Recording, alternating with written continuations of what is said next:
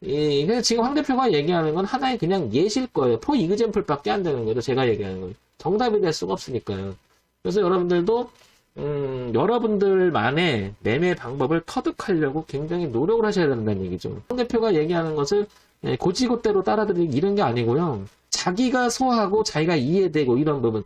저는 그냥 그래요. 아무리 여러 번 얘기 드리지만 주가가 어떤 기준이 있는 상태에서요. 이 기준이 나와야 돼요. 저는 항상. 이 기준이 나오지 않으면 일단 저는 안 해요. 그냥.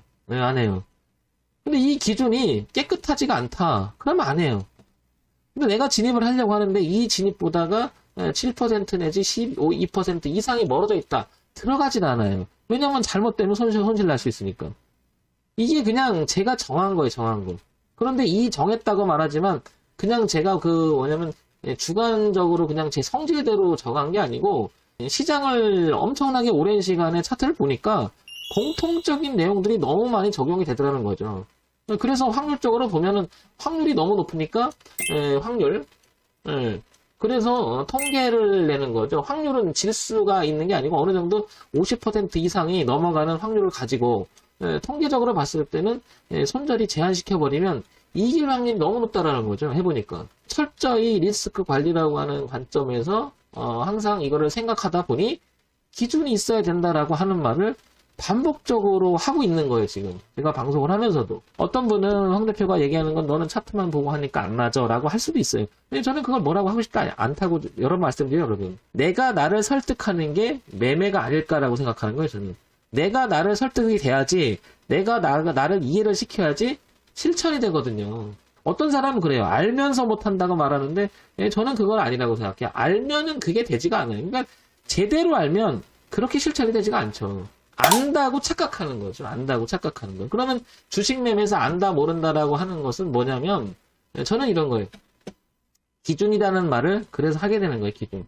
이 기준만 있다라면 저는 언제든지 주식 매매를 하면서 내가 들어가서 내줄 생각이 있어요. 즉 손해를 감수하겠다는 거죠. 그러나 손해를 감수하지만 먹으면 손해보다 많이 먹겠다는 거죠. 그래서 공간에 대한 이야기를 하죠. 저는 공간에 대한 이야기. 뭐냐면 이 부분에서 내가 매매를 해서 이익의 공간이 수익 낼 수 있는 공간이 손실의 공간보다 넓다면 해볼 만하다라고 하는 거죠. 해봤더니 실질적으로 괜찮더라고요. 그래서 꾸준히 이렇게 하니까 이 자리에서 공략만 하는 거예요, 저는. 그리고 나서 이제 하나 더 보는 거죠. 기업이라고 하는 것은 당연히 기본은 하고 있어야 된다는 말을 여러 번 드리죠. 그러니까 기본이 뭐예요?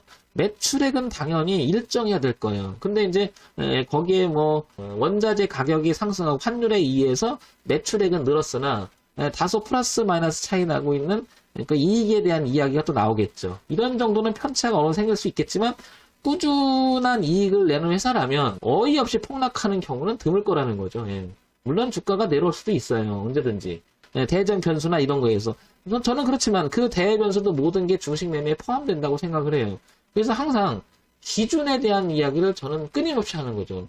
여러분들도 한번 이런 부분을 생각해 보시라는 거예요. 이게 정답을 얘기하라는 거 아니고요.